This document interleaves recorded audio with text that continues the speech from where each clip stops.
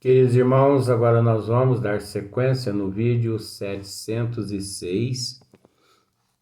Então nós vamos mudar para um outro tema, né? Também no mesmo capítulo.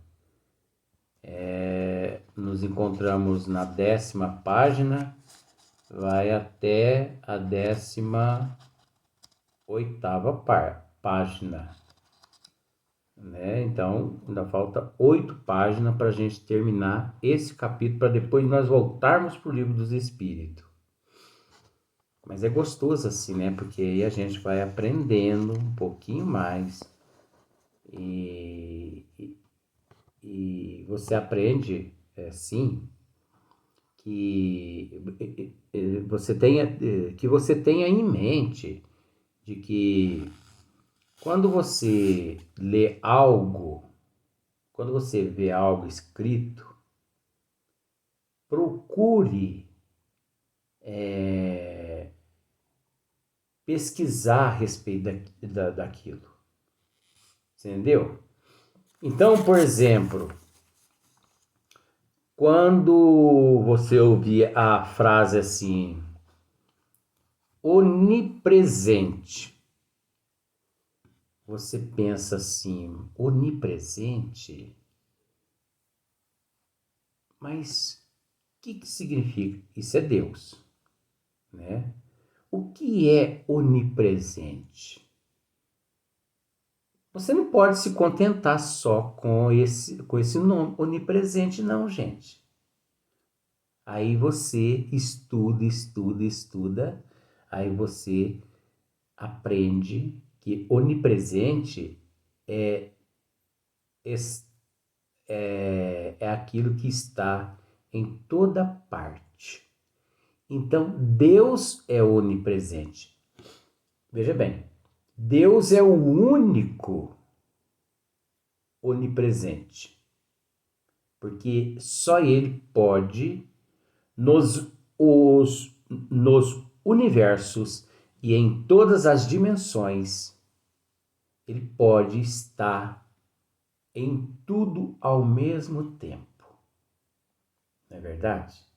Aí você escuta alguém falando assim, Deus é onisciente. Você fala assim, nossa, mas que frase bonita, né? A pessoa falou uma frase ali tão bonita, mas não se contenta com essa frase só não. Vai pesquisar, vai estudar. É melhor pesquisar, estudar do que ficar com um pensamento ruim na cabeça. Vem lá aquele pensamento de ciúme, de ódio, de mágoa, de raiva, entendeu? Aquele pensamento assim de querer matar o outro, de querer roubar o outro. Vai estudar. Fica perdendo tempo da vida, não. Aí você escutou onisciente. Eu vou estudar essa frase. Aí você descobre, né, que tem saber absoluto sobre todas as coisas. É Deus. Então a pessoa disse, Deus é onisciente. Você fala, mas o que é isso, hein? Aí você descobre que Deus tem saber absoluto sobre todas as coisas, sobre tudo. Aí o orador fala assim, Deus é onipresente, ou melhor, onipotente. Mas tem alguns engravatados que não explica isso, gente. É isso que eu fico mordendo por dentro. Porque ou o caboclo sabe o que está falando ou ele não sabe. Fica ali inventando palavrinhas bonitas para poder tapear o povo. E muitas pessoas no final ainda, ó, bate palma ainda. Para aquele mandiocão que está lá na tribuna. Eu falo isso mesmo. Achar ruim, achou e pronto. E ele se sente a bolachinha, a última bolacha do pacote. Mas não explica. Então ele fala complicado. Não, vamos explicar o significado daquela palavra, né? onipotente. Deus, gente, Deus é onipotente. Aquele que pode tudo. Ele é o supremo poderoso. É o onipotente. Que pode tudo. Supremo poderoso. Aí você sai de lá, pensa assim, nossa, mas quanta coisa eu aprendi hoje. Onipotente é aquele que pode tudo, o supremo poderoso. Onipresente é Deus que está em toda parte. Onisciente é Deus que tem sabedoria absoluta, né? Olha só para você ver as coisas. Então você aprende mais. As pessoas não aprendem mais porque os professores não ensinam. Eles são meio egoístazinhos, né, coitadinho? É assim mesmo. Então nós vamos entrar num novo tema dentro do mesmo capítulo. Só que agora nos vídeos nós já vamos mudar esse tema já, né? Nos vídeos anteriores é natureza das provas eternas, né? É muita coisa na minha cabeça, gente, vocês me desculpem, porque todo dia esse tanto de vídeo, chega numa hora dessa, a cabeça funde, né? Como que eu consigo lembrar isso se não for a Dona Leontina que tá aqui do meu lado, aqui, fofocando? É difícil, fica difícil. Então agora nós vamos mudar as penas futuras segundo o Espiritismo. Eita, agora vai ficar gostoso. Porque agora o Espiritismo vai começar a explicar as penas futuras, né? E olha só para você ver, hein? Então nós vamos mudar nos vídeos agora. Ó, você procurar nos vídeos, você vai encontrar agora as penas futuras segundo o Espiritismo. Vai estar nos vídeos. Não vai ser mais o tema anterior mais nos vídeos, não. Tá bom? Então, você viu que até isso eu me preocupo em explicar para você, né? Porque é meu dever, ué. Ou eu faço as coisas certas ou eu não faço. Então vamos lá. As penas futuras segundo o Espiritismo. Então, segundo o Espiritismo, vamos ver o que significa as penas futuras. Aí tem aqui um tema que fala aqui, a carne é fraca. Pronto, começou já Kardec. E Kardec diz assim, ó, há tendências viciosas, né, que são evidentemente inerentes ao espírito. Você há de convir comigo que Kardec está certo nesse sentido. Há tendências viciosas que são evidentemente inerentes ao espírito, porque o espírito, ele é detentor dos arquétipos, ele é detentor dos registros do inconsciente profundo, do subconsciente, do consciente. Então, tudo que nós fazemos, tudo que nos acontece, fica registrado no perispírito, que o perispírito, gente, eu ouso a dizer isso. O perispírito não deixa de ser um dos arquivos do espírito. Olha como fica mais fácil assim para a gente entender. Nós vamos estudar a respeito do perispírito no livro dos Espíritos, mas fica aqui já registrado que o perispírito não deixa de ser um dos arquivos do espírito. Então, no perispírito fica registrado todas as nossas tendências, más tendências, os nossos desejos, os nossos vícios, você entendeu? Que, na verdade, são evidentemente inerentes ao espírito. Então, a gente sabe já dessa questão. Pois que se ligam mais ao moral do que ao físico, né? Essas tendências, esses vícios, né?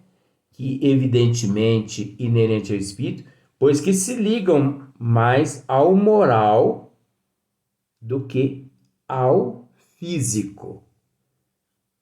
Então, existem fatores no perispírito e no espírito que não tem nada a ver com o físico. É de ordem moral e não de ordem física.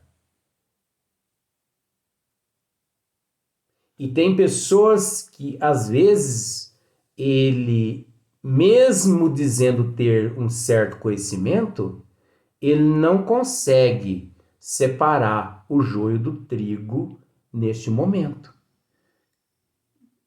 Ocorre-lhe nele um emaranhado tão grande na cabeça, na mente, que ele pensa assim, mas que é isso? Que isso tem a ver?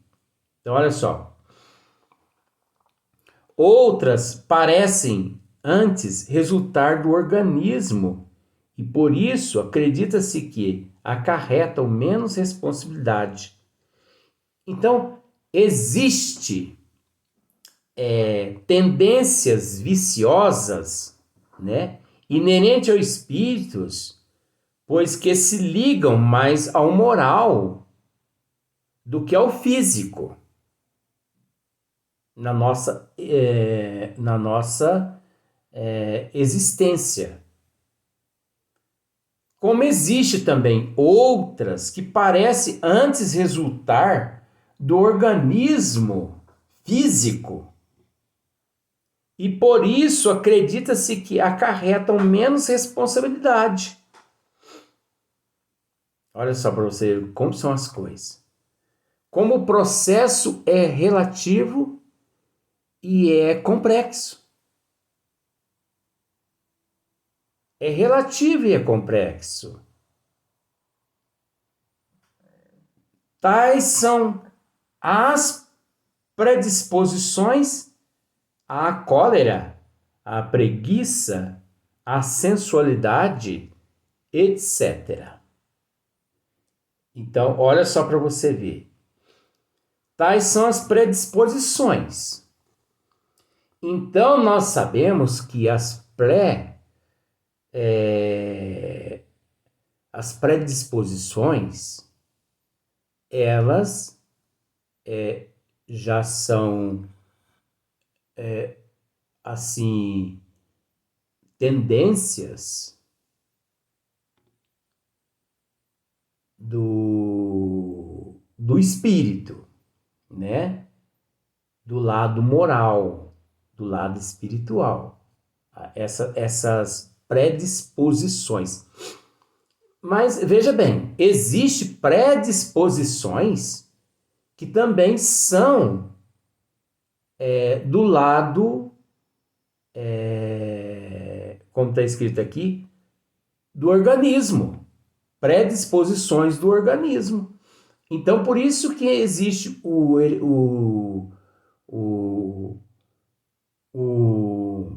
meu Deus do céu, os fatores relativo e complexo, porque existe duas predisposições, tanto a de ordem moral espiritual do espírito, que está vinculado aos arquétipos, aos registros dele, as predisposições espirituais e as predisposições orgânicas. Dá para você entender assim? né? A cólera, então nós temos que entender que a cólera, né? A raiva, o ódio, o rancor, são predisposições que são inerentes tanto ao espírito quanto ao organismo físico. São predisposições relacionado aos dois, vamos dizer, aos dois corpos. Por quê? Uma irritabilidade orgânica, uma indisposição orgânica, uma indisposição estomacal, uma irritabilidade cutânea, pode desencadear um certo transtorno no sistema nervoso, no sistema imunológico, físico. Você entendeu? Físico. Que não tem nada a ver com o espírito. O espírito está ali em paz, tranquilo, mas de repente chega até ele aquele choque, como se fosse um choque anafilático do próprio organismo, o qual nele ele se encontra. Então, por exemplo, você comeu algo que não te fez bem, né? Uma indisposição estomacal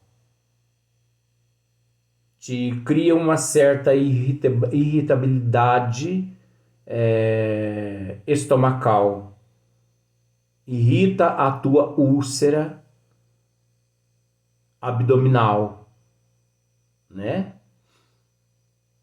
E aquela irritação, ela desestrutura todo o teu sistema imunológico físico, que não tem nada a ver com a parte espiritual.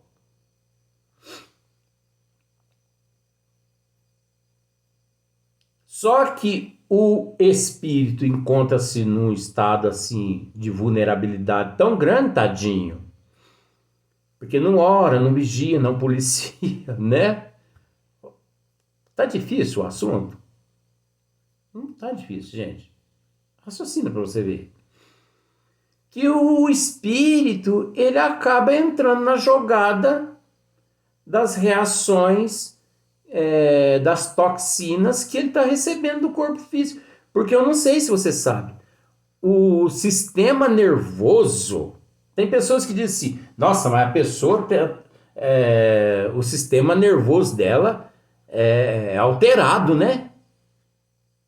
Aí você chega e conversa com a pessoa e você percebe que a pessoa é calma.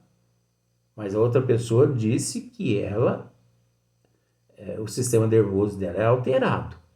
Gente, sistema nervoso é relativo ao organismo biológico. É de ordem orgânica. É uma rede. Sistema nervoso é uma rede que cobre todo o organismo. É um sistema de proteção.